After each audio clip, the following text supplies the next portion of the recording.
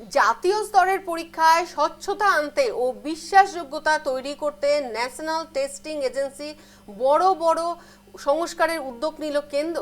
এক ধাক্কায় ৬০০ জন বিশেষজ্ঞকে সরিয়ে দেওয়া হলো এনটিএ থেকে। কেন্দ্রীয় শিক্ষামন্ত্রী প্রহ্লাদ যোশী এক্স মাধ্যমে পোস্ট করে এই পদক্ষেপের কথা জানিয়েছেন।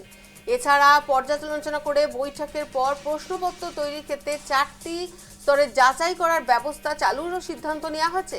শিক্ষা মন্ত্রকের তরফে জানানো হয়েছে, এনটিএ পরীক্ষার টিমে ইতিমধ্যেই পরিবর্তন করা হয়েছে। প্রায় ৬০০ জন বিশেষজ্ঞকে সরিয়ে নতুন বিশেষজ্ঞদের নিযুক্ত করা হচ্ছে। পাশাপাশি আগামী 2 থেকে 3 সপ্তাহের মধ্যে আরও 20 থেকে 25 জন আধিকারিকের এনটিএ যুক্ত করার পরিকল্পনা করা হয়েছে।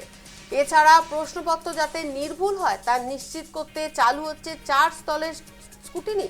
বর্তমানে এনটিএতে একাধিক পর্যায়ে যাচাই করা হয়। নতুন পদ্ধতিতে নজরদারি আরও বাড়ানো হবে। এনটিএর দপ্তরগুলিকে নতুন জায়গায় সরিয়ে আনার কাজও যুদ্ধকালীন তৎপরতায় করার কথা জানানো হয়েছে। অফিসগুলির নিরাপত্তা বাড়াতে সিআইএসএফটি মোতায়েন করার ব্যবস্থাও চালানো হয়েছে।